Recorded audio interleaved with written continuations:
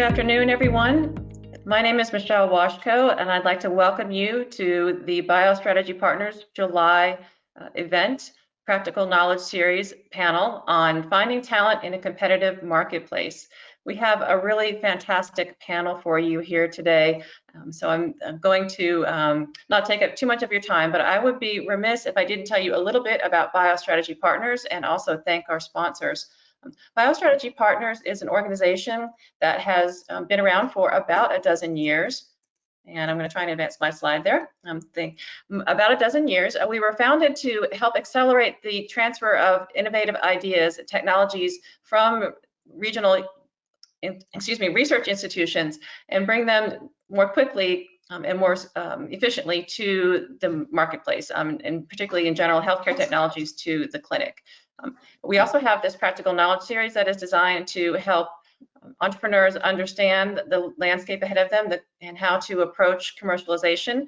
We cover a range of topics over the course of the year. We have 10 events per year, roughly in sequence, but these are all recorded for you on our library on our YouTube channel. So you can find other topics in addition to today's topic on finding talent in a competitive marketplace. We do have a fantastic panel for you today. I'm going to let them introduce themselves and their organizations and some really interesting projects that they're working on by themselves here in a moment. But first, a huge thank you to our sponsors. We have a brand new one joining us. Stradley Ronan has just joined us as a supporter of the Practical Knowledge Series, and we thank them for their partnership. And we also have longtime supporters, University Place Associates and MVM Associates. So thank you to our audience. I have a couple reminders about logistics. Please turn off your camera and mute yourselves. Questions are very much encouraged, however. You can put them into the chat. I'll be keeping an eye out for them. If you have questions toward the end, you could feel free to turn your camera back on, but during the body of the presentation, please mute your cameras and your microphones. And with that, I'd like to encourage our panelists to introduce themselves and again tell the folks here about your organizations and what you've been up to. And I'd like to start today with Emmathorpe. Hi everyone, thanks Michele. So hello, I am Emmathorpe and I'm with RBW Consulting. As you can hear from my accent, I am British. I am in the UK at the moment, but representing RBW globally. We have offices both in Europe and in the US, in the East Coast, in Boston, and West Coast San Diego. So my background is I've been working in executive search and life science for around 15 years. Started my career at RBW all of that time ago, working in a really broad commercial focus.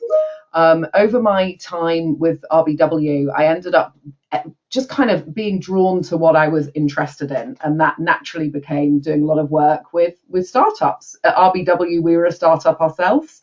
We were only established 15 years ago, sort of a few guys who had worked for another search company who wanted to do things differently and set up their own gig. So that sort of feeling of a good idea turning into a business was always something that excited me. So over my time at RBW, I ended up moving from pure executive search into more of a search and consulting role. I set up a spin-out business called Thorp Associates, where we focused on supporting early stage companies in life science, whether they have a device, a therapy, or maybe even a vendor to the life science industry. We would support those kind of clients.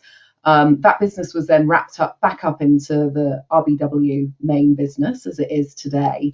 And now my role is really kind of bringing that consulting practice to the startup clients we work with and broader executive search.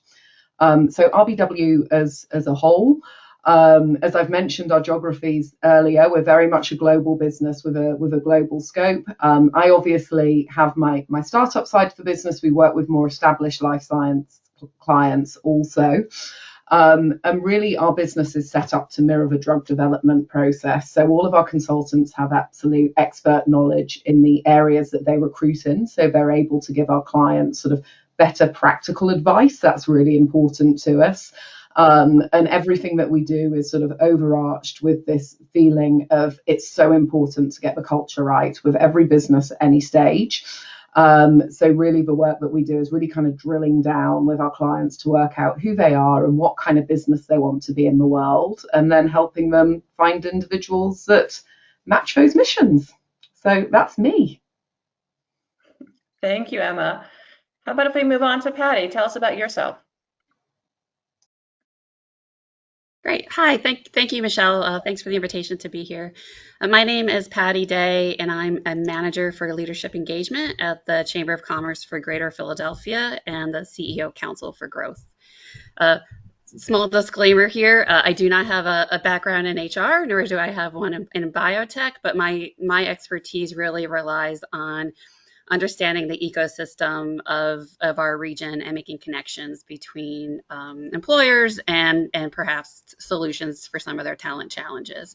So the Chamber of Commerce is a membership organization. We are represented in 11 counties across 3 states in southeastern Pennsylvania, southern New Jersey, and northern Delaware. Our membership represents roughly around 600,000 individuals, and because if you are a chamber member as a company, all of your employees are considered to be members of our chamber as well. I had mentioned the CEO Council for Growth, which is a council of the chamber that is represented or comprised of about 60 or so senior leaders from across our region who represent various industries as well as tier 1 research institutions. And they really spend their time thinking about the things that any major metropolitan area will think about. So how do we move people and goods around, so regional mobility and infrastructure? How do we attract and retain the talent that we need for our businesses to thrive in the region? And then just general business innovation. So as I said, any things that most major metropolitan areas are focused on.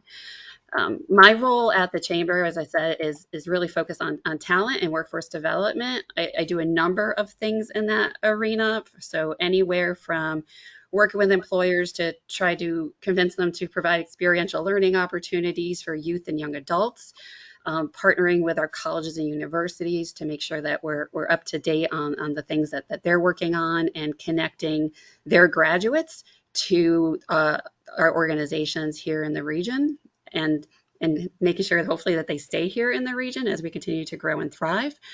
And then I also focus on a few specific industry partnerships, but the one relevant to this conversation today is a new initiative that we started last fall called the Life Science Talent Pipeline Collaborative. Life sciences being broad, we are focused very specifically in this group on cell and gene therapy. The reason why is we know that this is a growing industry here in Greater Philadelphia.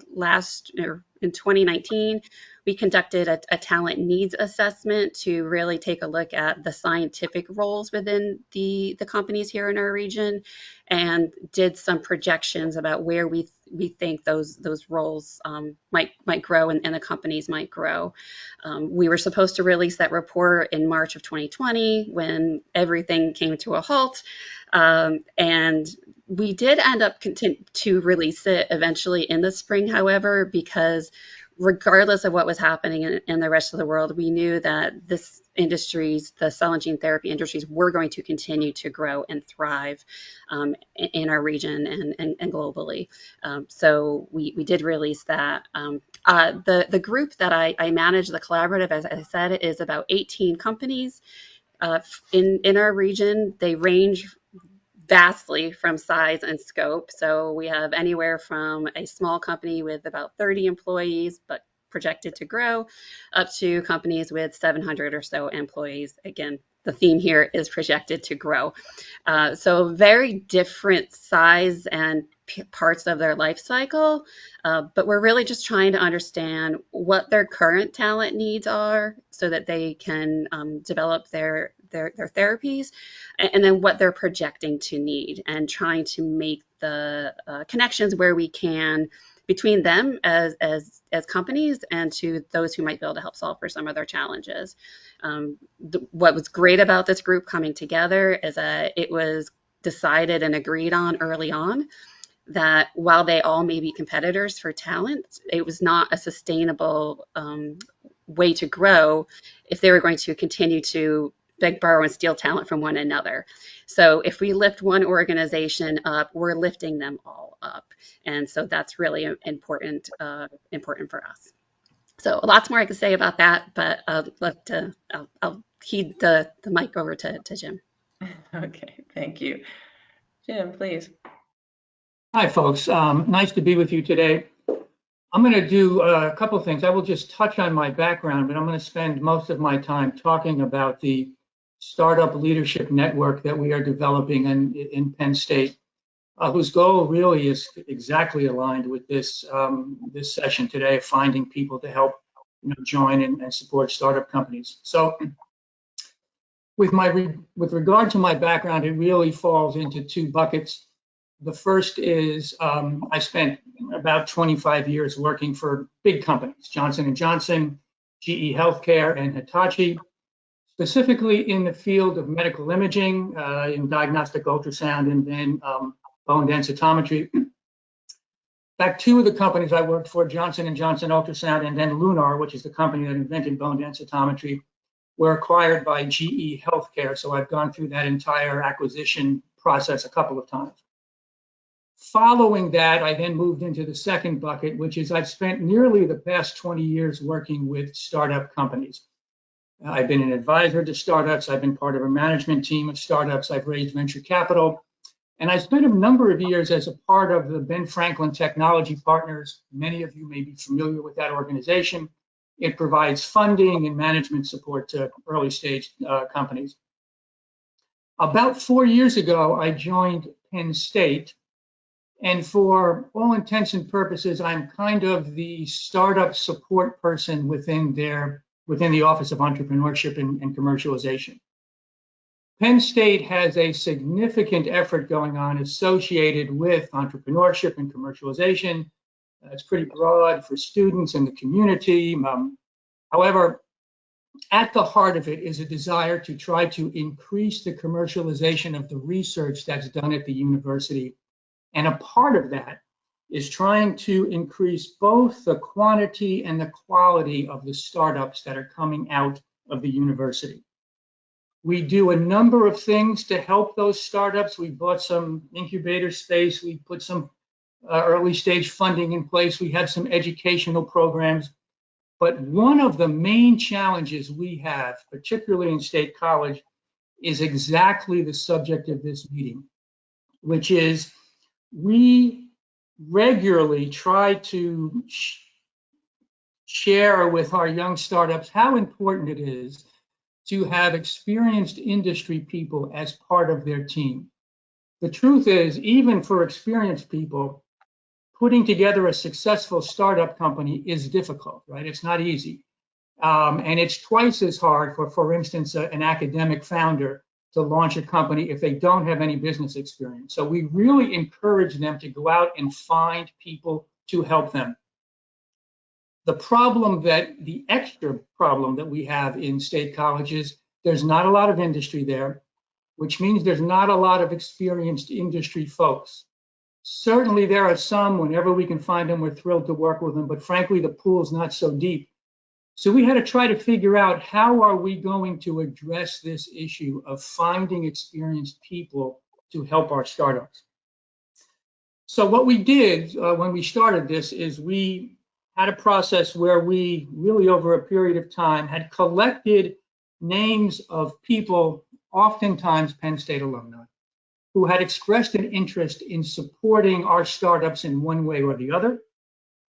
And then we went out and we identified the startups in our ecosystem that were looking for help. And the very first thing we did is we broke them into basic industry domains, both the industry people and the company. So we have 4 industry domains. One is med science. The other is IT and ed tech. The next is ag and food science. And the fourth is engineering and materials. Now, all of these are kind of academic strengths of the university, but they're also kind of broad descriptions of basic industry domains. In addition to that, we realized we needed to get a little more specific. So we tried to identify both people and companies by areas of specialization within those domains. So for instance, with med science, we group people into drugs, devices, diagnostics, and healthcare IT. Now, all of those are broad industries, but at least you're starting to get to areas of specialization when you're trying to make matches between people and companies. So we said, all right, we've got a group of companies and a group of people broken down by areas of specialization. How are we going to bring these people together programmatically? How are we going to do this? And we gave some thought and came up with some guidelines up front. And these may be of use to some of you folks. So first of all, when we started this, the university had an impression that, well, what we need to do is go out and find CEOs for these companies. And in their mind, when they said CEO, what they were thinking of is kind of the quintessential CEO, somebody with 20 or 30 years industry experience. They've raised venture capital, they've had exits, et cetera, et cetera. And certainly whenever we can find those folks, we'd love to be able to bring them on board. But the truth is most of our companies aren't really ready for that type of CEO yet, which begs the question, well, if that's not the person they need all the time, what is it do they need? And it led to a realization that there are actually a range of needs or types of help that startups need, and it's usually tied to their stage of development. If they're young, they may need someone who's really just an advisor who can give them general guidance about the industry that they want to enter. If they're in kind of a product development phase, then they may need people with expertise in developing products to be commercialized, to be manufactured, help in that area. They may need someone to help them do a sales and marketing plan, right? And or they may need a CEO or a high-level management person. But what's important was for the company to have a very clear understanding of exactly what their need was and whether or not they needed a full-time or part-time person to do that. So before we went out to start to look for help, we wanted to make sure we really understood what the company needed. A couple of other criteria for the program is we wanted to focus on people who were local. By local, I would say could get to the university or to spend time with the companies within a 3 or 4 hour drive, right? We were not interested in kind of flyover help, somebody calling in once a quarter from California, for instance. We also decided in our program we were not looking for service providers. While accountants and lawyers are critically important to a young company, this program was not about finding those. We're really looking for management people to become part of the company and help them. And then finally, one of the criteria for the program was you had to be invited in. It wasn't just open to the general public, and that meant people were referred to us, and we felt good about bringing them into the program and introducing to the company. So after that kind of thought process, we said, all right, what programmatically we do to try to make matches between these industry people and the companies. And what we came up with is a 3-step process, with the intention being that there was kind of value provided to both the companies and the industry expert at all 3 of those steps. So I guess, what does that mean? The easiest way is to give you an example. So in step 1 of this process, we will bring together on one day by industry domain. So let's say med sciences, a group of people who have volunteered to be in the program. And let's say, for an example, you'd probably have 20 med science people that you would bring in, and you'd have, let's say, 3 companies. Each company then gets an hour with this group of industry experts. And in that hour, they give your basic 15 or 20-minute PowerPoint about their technology, the product they're developing, the value proposition, all of those kinds of things. Then what happens after that is the industry people, usually for the next 5 or 10 minutes, is a bit of a Q&A session where the industry people make sure they've got their arms around and understand what they just heard and what this company's looking for. And then the third part of the program is we ask the industry people to go into this meeting with a mindset of asking themselves, is there any way that I can help this company literally today? based on my knowledge of an industry and what I've just heard, is there any constructive feedback that I could provide them? So at the end of the day, if nothing else happens, the value provided, particularly to the company, is without doubt they would have learned something by participating in this program. The second step of the program is, hopefully, after that initial presentation, one or two of the industry people will raise their hand and say, you know what, I really liked what I heard from company X. It made sense to me. It's in my sweet spot. I think I can help them. And I'm interested in dedicating some of my time to learning more about that company. So phase 2 of the program is usually a 2 or 3 month kind of bi-directional vetting process. The industry person gets a chance to look under the hood a little bit. They get to understand the technology, the product, how close it is to market, does it fit the market, and what would their vision be for commercializing it. The company people get a chance to work closely with this person and ascertain, do they really have deep industry knowledge? Are they providing value? And very importantly, is this somebody we want to work with going forward? And the hope is, as a result of that phase 2, some subset of those relationships will in fact become where we're really trying to get, which is formal relationships between these individuals and the companies. And by formal, I mean financial or leading to financial. So depending upon what role the person is going to play for them, are they just going to be an advisor, or are they going to be a board member, or are they going to take on a technical project, full-time, part-time, or are they going to join the company? Based on that, there should be some fair form of compensation associated with it, either money or equity earned over time. Because these companies are young, they usually don't have a lot of money, so it ends up being equity earned over time.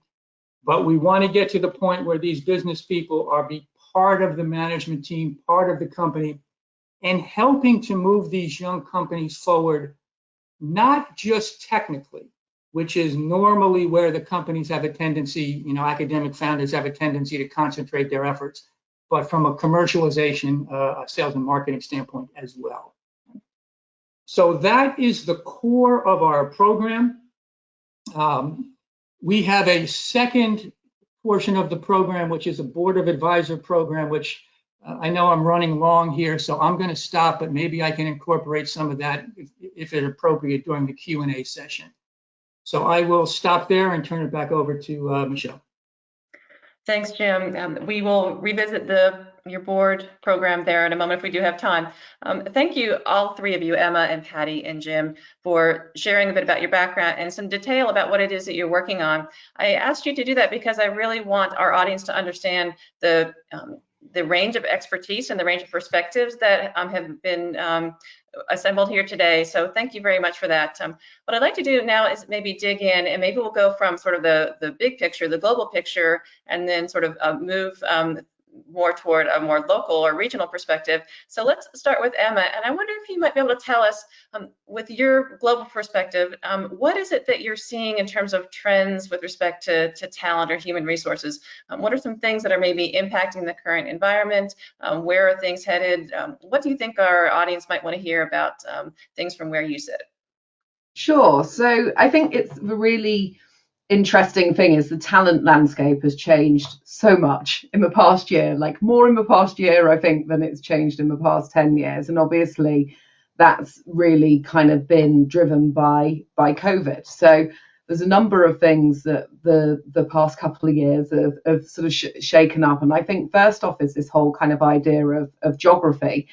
And the world is definitely becoming, in a weird way, even though we can't move and see each other, much more local.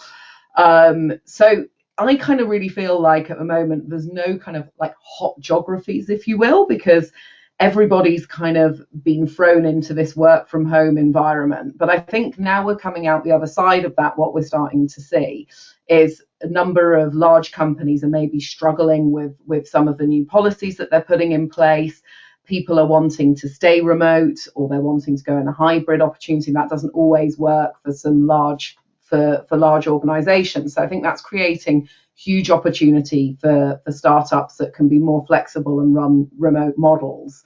It was quite interesting. The Washington Post recently posted an article that was citing sort of huge amounts of resignations from people in all industries, not wanting to go back into the office. An industry example is people like Vertex have taken a lot of people on for their Swiss head office in global locations, saying you don't have to relocate for a year.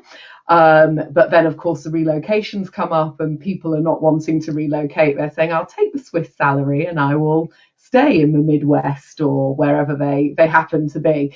So that again is quite interesting and shaking things up.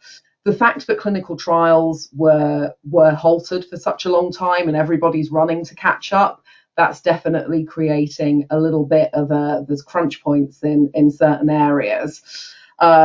But on the candidate side, I think that people it's getting more challenging to secure the right talent, because whereas before executives, like I'm sure the sorts of people that Jim are talking about, would be happy to do, as you're saying, that jump over from California every month to Penn for the board meetings. People are thinking they don't want to do that anymore. They want to be nearer their families. So again, that's putting a different kind of pressure and creating more opportunities for companies that can be a little bit more flexible. And then to kind of stop talking about COVID and working from home, because I'm sure we're all bored to death of that, having all had that conversation so many times over the past few years.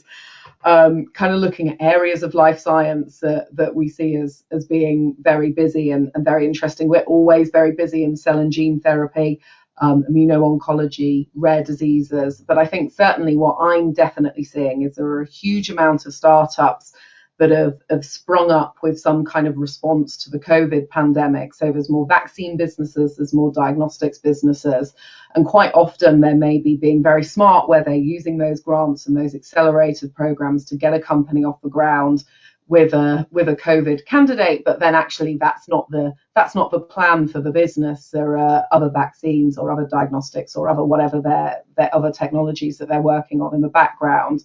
So I think that's interesting, that we might find that we're seeing sort of more RNA businesses, more devices, more vaccines coming through for other indications in the future. So yeah, that's probably a bit of a roundup from me. I don't know if I can say much more. I'll let somebody else have a chance. Wonderful. Thank you, Emma. I would like to turn to Patti for a moment. Could you maybe tell us if some of the trends and things that Emma identified for us from the global perspective are things that you're seeing or maybe not seeing in the greater Philadelphia region or Pennsylvania generally? Yeah, sure. So as I said before, we have a pretty small pool of companies that we're working with of various sizes. So it's really actually interesting what you said, Emma, about the geography, because a lot of our companies, their positions are scientists and researchers, and they really need them to be on site, or at least that's what we're hearing. I think with some of those non-technical roles, I think particularly for some of our more mature and larger companies, that they are willing to be a little bit more flexible in terms of the hybrid or work from home. But a lot of these roles that they're currently filling for do need to be on site. So a slight difference there, but it also could be this because we're so specified in terms of what the industry is. It is interesting. One of the things that we had kicked off was a bit of a talent attraction campaign. And we started that last fall. And so it's not just talent, but it's also business attraction. So really telling the story of Greater Philadelphia is a great place to work, live, and play. And so we'll look at the metrics from that campaign. I mean, we're looking at it all the time, but we'll review it with our folks in the fall to say, are we targeting the right job titles, the right skill sets, and do we need to shift that at all, based maybe where they are since the pandemic and if things have changed at all. So it's a good opportunity for us to really tell the story of Greater Philadelphia and to reach much further than our own backyard with some paid media, social strategy, and some really interesting things that we're doing We have news articles that are going out, getting picked up by different media outlets, but we're kicking off a Discovery Starts With Me series, which is really taking the talent that is here local and highlighting what is great about the region. So, for example, I work at one of our collaborative member companies. I take out my iPhone and I share what it's like to work in my organization, where I live, what I do on my downtime, but just a way to visualize what it's like to be here in Greater Philadelphia. And then also going back to geography, I think, when we think about talent attraction, not even specifically in this area, we've done some similar work in technology. People tend to come back to the Philadelphia region because they have roots here. So they may have gone to school here, they may have family here, or their spouse or partner has family here. So, we do think that we have a good story to tell about the affordability of Greater Philadelphia, our access and proximity to New York and DC, just kind of an easier place to live, which tends to be a nice draw and selling point for folks who may, to your point, Emma, you said, might want to be closer to family, who might want to kind of step back from a different speed. And then really, we have this great story about companies that are doing things for purpose and really helping to change lives. And so there's a lot of opportunity to tell that story. And we're just trying to think through different mechanisms to do that. But really, we're excited about the Discovery Starts With Me series because it's not the CEO of a company telling the talent why it's so great to work there. It's the colleagues who they'll be working with. And so you're really kind of hearing that from a peer standpoint. So I guess that's what we're seeing and hearing over the last year. Wonderful, thank you. I'm going to turn to Jim now. You told us a little bit about some of the challenges you face in the State College region. I'm wondering if this work from home trend has impacted your work in the region, if you're seeing any change, and also how some of these global trends are or are not impacting the State College region in particular. Yeah, so certainly it has impacted us. So I mentioned in my comments at the beginning of launching the program, we thought it was important that people who participated in the program basically lived in Pennsylvania, so they could get here from time to time. And we still believe that there is some importance to that, particularly from the standpoint if there is technical work to do. Also from the standpoint of building relationships. So if you've got a young faculty-based company looking to bring somebody on with business experience, how those people get together and the relationships they form are critically important. Some of that is helped by face-to-face interaction and people being able to get together. However, having said that, I think we were pleased, and maybe some of us were surprised, about how effectively we could continue the program and work in a type of virtual setting. And as Emma touched on, we also realized that people getting better at working remotely would also open up more doors to us going forward by having access to people that maybe could be effective for us that weren't local, right? It could actually give us more opportunity. And I think that we are, without a doubt, realizing that and appreciating that. We have two core programs, the one that I described to you, which in part that has really been impacted by COVID, because a part of that program, the way we attract industry people to come and see our companies is many of them are alumni. They want to come back to campus. They're looking for networking opportunities. There's more involved with this than literally just meeting the companies, right? So coming back to the campus and being involved does play a role, and limited us a little bit over this past year with some of those face-to-face and new company introductions.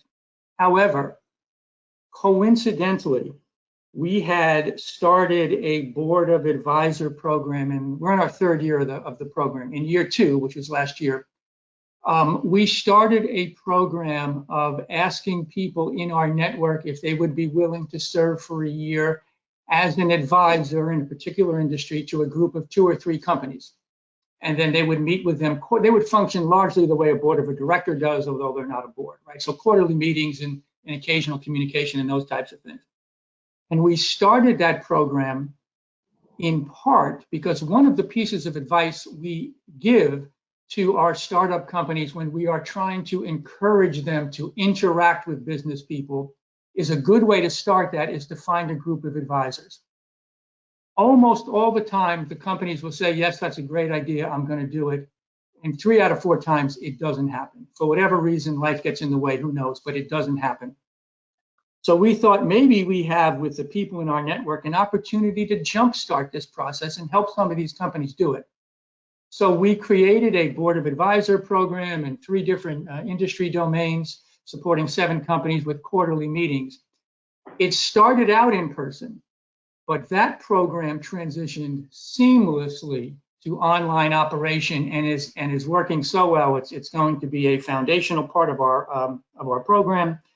And in fact, since it does work so well online, I think that is one opportunity to recruit experienced people really from anywhere in the country. They could fill that role for us. So that has been eye-opening for us and a positive result of what's happened in the past year.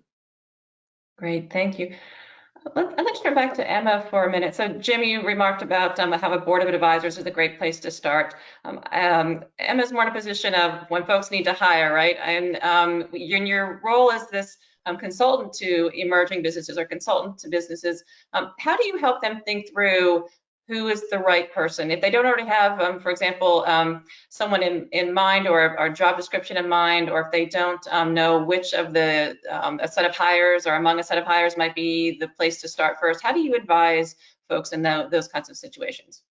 Yeah, so I think it's really key actually. The thing you landed on there is that not having the job description or not having the idea of the person is actually the most helpful part, because I think sometimes the temptation is you think sort of you're starting your company and you think, oh, it would be great if we could have someone who's just like Jim. And then you go away and you look for somebody who's got exactly the same background as Jim, or again, sort of like Patti. So what we try and do is kind of really strip back and work out, well, what's missing from the existing team? What skill set are we trying to cover off? And what are we trying to achieve? What's the mission? So that's always the absolute best starting point for getting a really good brief or understanding what kind of advisor you need to have on your board to support you. The next piece of that is kind of helping the clients that we're working with understand what their culture is, who they want to be as a business, how they want the business to interface with the world, and kind of trying to build in that piece, because I think that's often overlooked at a really early stage, because people think, oh well, the culture is me, I'm the founder, that's what it's going to be like. But you do need to kind of articulate that and think, if you're hiring people into your exec team, how are they going to replicate those things that you feel are really, really important to your business? So to kind of pull a very woolly answer into something a bit more useful, I think it's the time spent needs to be working out what you're trying to fix, and then you work backwards from there to work out what kind of skill set you need to bring in to fix that problem. And that's absolutely crucial. The biggest mistake I make is people making what I call assumption hires, which is sort of, as I've expressed, somebody whose CV looks like X. Patti, does any of that resonate with you, what you've heard from the folks that you're working with in the Life Sciences Talent Collaborative or your other HR leaders? Yeah, so before I jump to that, I just want to say, Jim, I love what you're talking about with your program, the engagement of the alumni network, because I think that's such a critical group of people that we haven't really tapped into enough. And I think that there's a lot of potential there, and we haven't quite figured it out yet, but it looks like, at least with your work, that you have an avenue with that. So I think that's really great. So it's funny, the companies that we're working with, they know exactly who they need. They just don't have enough of them. And so it's a little bit of a now problem. And so that's why we're so excited and engaged in this, a talent attraction piece. And it doesn't just have to be outbound talent attraction. It can also be local as well, but we know we need to hit both of those at the same time. So I think what we're trying to help our members do is make other connections outside of their usual suspects. So they may have a particular college or university who they have a good longstanding relationship for because of previous hires, or they went to school there themselves. But we are really trying to work with our emerging talent organizations to make those connections, so that it, one, again, provides a visibility to those companies, but then it also introduces them to some of that earlier pipeline talent. So we have a relationship with an organization called Campus Philly that they engage with traditional age college students and connect them to entry-level jobs or internships and just the industries as in general. So last year they had a very specific virtual career fair in the life sciences. And so it was a really great opportunity to bring our companies together to meet some of the emergent talent, and just kind of put the companies on the radar. So, we really look at it as kind of three tiers. So you have the hires that I need right now that I'm going to seek from wherever, globally, unfortunately, from each other. We have the pool of potential candidates who are going to be the bachelor's degree or recent, postdoc. And so making those connections. And then we are looking further down the pipeline too, to making sure that younger people have a view into the cell and gene therapy industry, and to say, I might be in, whether it be middle school or high school, I really like science, I like math, I'm not sure exactly what I want to do with it. People often just don't have a sense of what this industry is, since it's so new. And so just kind of taking the viewpoint from different points in time and making sure that we're building the talent pipeline to the point that as the companies continue to grow, whether it be the scientific jobs or the non-scientific, non-technical jobs, that there is going to be a pool of candidates in place to pull from, because we know right now there's not enough. And so we want to just continue to create that visibility opportunity and really let people know what's there for them. Hope that answered the question. That did. Thank you. Yes. I'm going to maybe take what might feel like a little bit of a left turn to our panel here and ask, and maybe start with Emma, but Patti and Jim, you should feel to jump in. And that is, when you hear about recruiting challenges, do you ever find yourself in the role of encouraging folks to think about their own careers differently, or encouraging them to maybe take a leap or explore a sector of the industry that they haven't previously done so before? And is that a common thing? What are you seeing? We do have folks in our audience some of them are just starting out in their careers. We tend to have a lot of folks who are postdocs on the call, for example. What guidance might you have for folks who aren't entirely certain where they want to be, if they're ready to make the leap into a certain segment of the industry? Oh gosh, that's such a good question. It's such a fun one. Yeah. So yeah, it's really interesting, particularly as life science is changing so much. I think we are finding there are certain areas that we just don't have like a ready-made talent pool of. Like, I'm thinking in particular things like AI drug discovery, data scientists in pharma, and I can imagine that there's I know that there are a lot of people that are maybe in those kind of functions doing something completely different, either in academia or in other industries, and they kind of want to try this on for size. And the best advice is, like, get out and talk to people. I think what you'll find, sort of, if you are job seeking, you're thinking of making a move, is people love to help, and they love to impart their knowledge. So definitely reach out to specialist recruitment firms. But absolutely look out for people you respect on LinkedIn. I've heard great success from people sort of saying, oh, look, I met this, I saw this person in a panel, I enjoyed what they were saying, they have a job that I think I would like to do. My advice is reach out to that person, quiz them about what they're doing, find out what you need to do to get yourself upskilled into that role. You never know, they might even give you a job. So yeah, I think it's just about giving yourself enough wing space to see what the role actually really entails, and talking to the people that are doing the role, and making sure that you're aligning yourself to that career move. That's helpful. We actually have a relevant question from the audience. Mr. Agrawal asks, are biotechs using data-centered solutions to find talent by systematically examining publications and citations and so forth? Short answer, not to my knowledge. But can you just read the question again? Sorry. Sure, I'd be glad to do that. Yes. Are biotechs using data-centered solutions to finding talent by systematically examining publications or citations and resources of that nature? Yeah.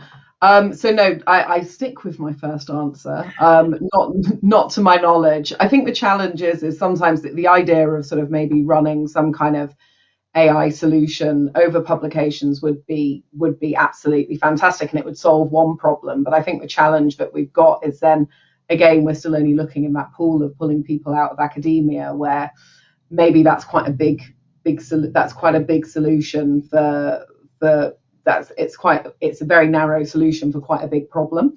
But I'd be really interested if anybody does know of any programs like that are operating, to find out more. Great, thank you. There's another question from the audience. Actually, this one came from a pre-registrant, and the question was, so many of these emerging life sciences companies are resource constrained. Do you have any suggestions for folks in that position who are actively looking in a competitive marketplace where salaries might be climbing relatively rapidly? Do you have any advice for those folks? I would say absolutely think about how you can make your equity package as enticing as humanly possible. I think that's going to be the real play when you're competing against organizations that maybe have much larger salary bands. But I think also remember that startup roles, I always feel, are quite kind of self-selecting. If you find that you're competing for a candidate who's obsessed with obtaining an absolutely enormous base salary that they would in a large pharma, I think you have to maybe ask yourself, is that person culturally right for this business? Are they going to have what it takes to jump into the startup world? So I think sort of push where you can push on looking at your equity and things like that, but don't overstretch the business so much to obtain somebody that doesn't understand the pressures that you're under. Jim, I see you're nodding your head, maybe unmuting yourself there. You have experience with equity as an incentive or equity as compensation. What can you tell us in your experience? And I'll ask the question, I think almost every founder wants to know, what's an appropriate level of equity for folks on, for example, when you're bringing them aboard in a leadership role, or if you're bringing them on board in sort of rank and file staff, what ranges have you seen? Yeah, wow. Difficult issue. So to answer your question specifically, I would say if you are, what we have seen, if you are bringing in an experienced business person to take like a CEO role in a startup company, that person is going to be looking for significant equity, and that means 30% or more.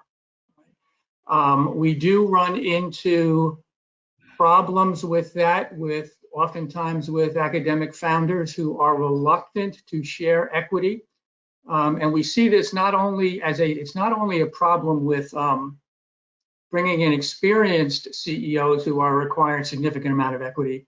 Often it becomes an issue when a postdoc. So it is fairly common for a scenario where a faculty-founded startup has the situation where the postdoc is kind of the technical expert.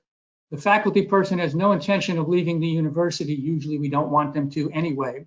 And the postdoc becomes the first employee of the company, right? And there is oftentimes a challenge there in that the postdoc has had 4 or 5 years of working under the faculty person. and oftentimes is reluctant to, I don't know, challenge them or to claim what their needs should be. But when those people are not provided adequate equity to take a leadership role and to make a commitment to the company, that often becomes a challenge and issues that we need to deal with. Well, anyway, I'll stop there. Okay.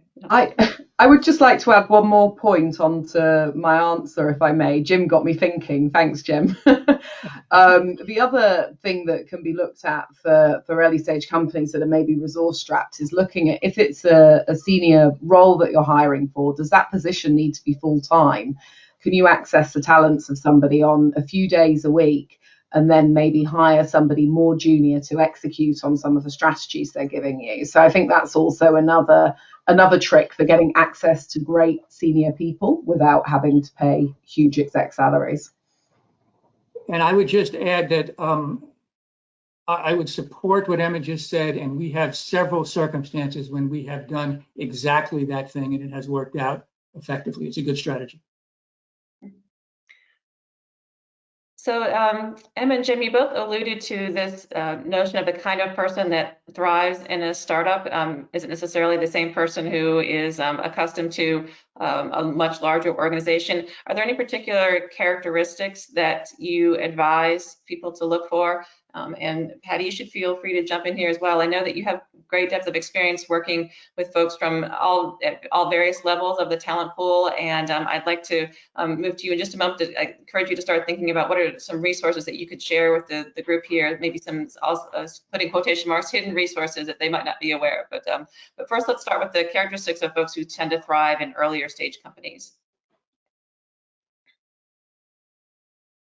Shall I go? I thought you were going to go ahead, Emma. You can start. Excellent, thank you.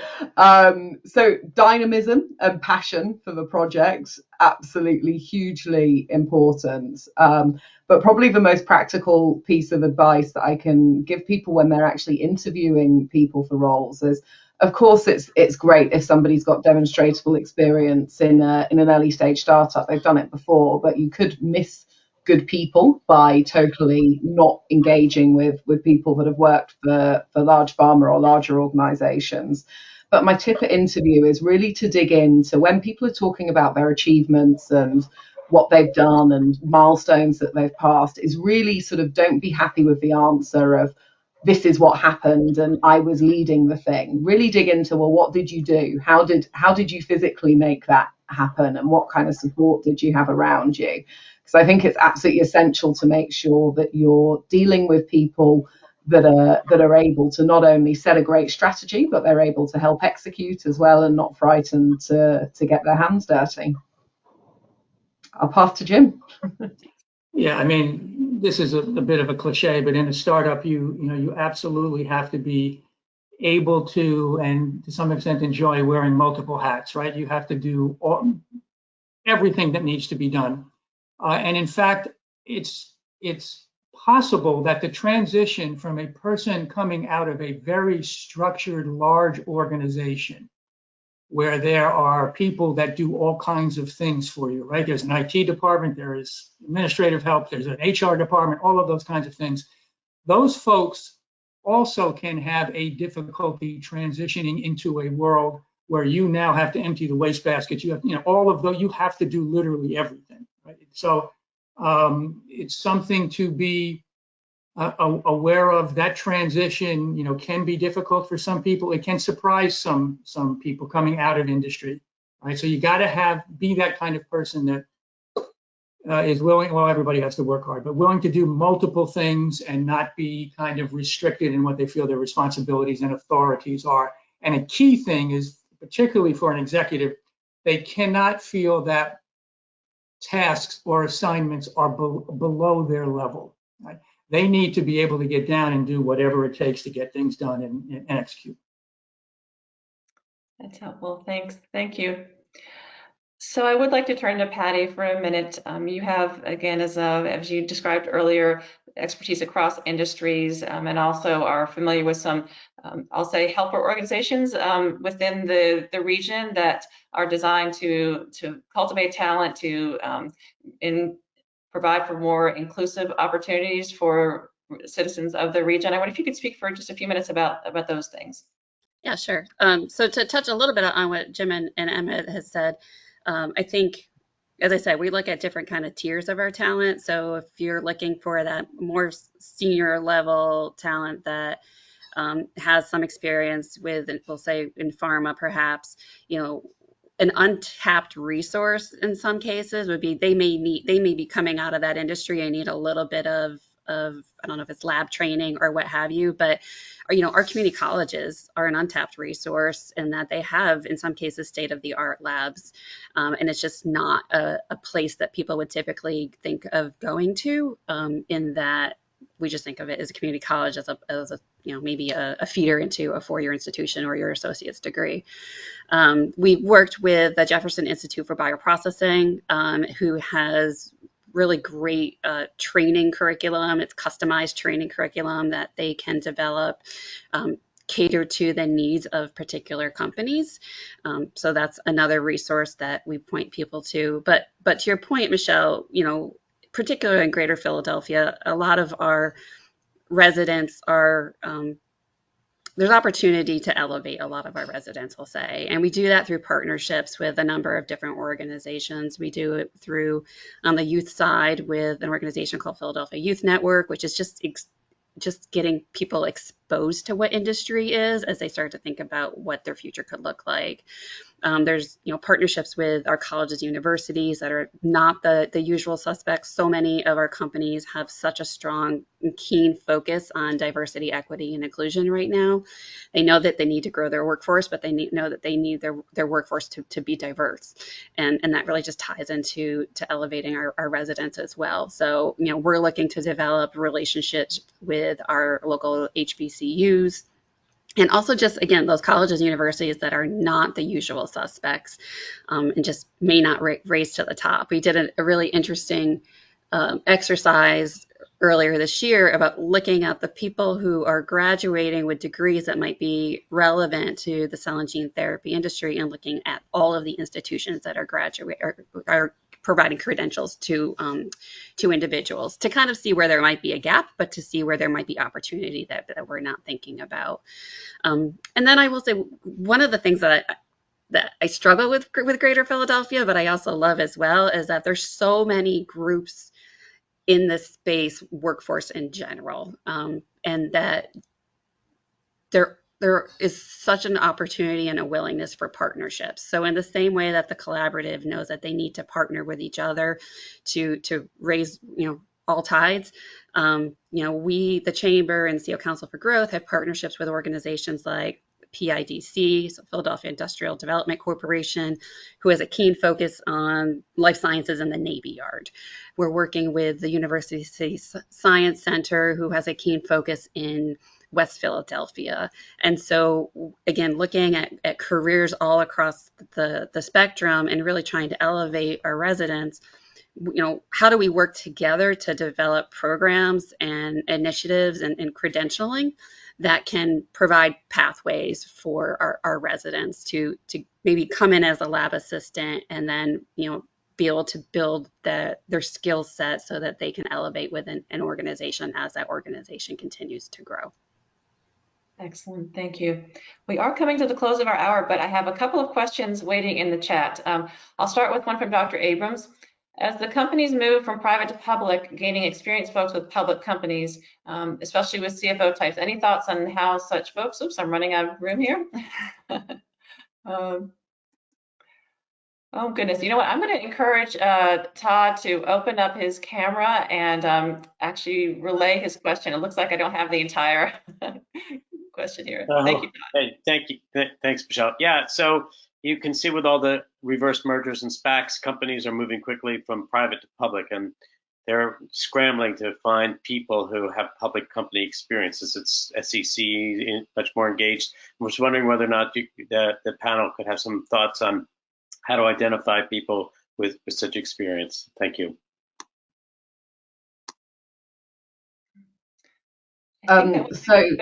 Yeah. This may sound like a bit of a cliched answer given what my role is, but I really feel with those kind of searches where it's so crucial to get such a specific skill set, it's really, really important to engage a search firm so you're able to not only sort of search from the pool that you have within your network or people that are maybe available and looking for roles. You can really get out into the world and start targeting those skill sets and headhunting.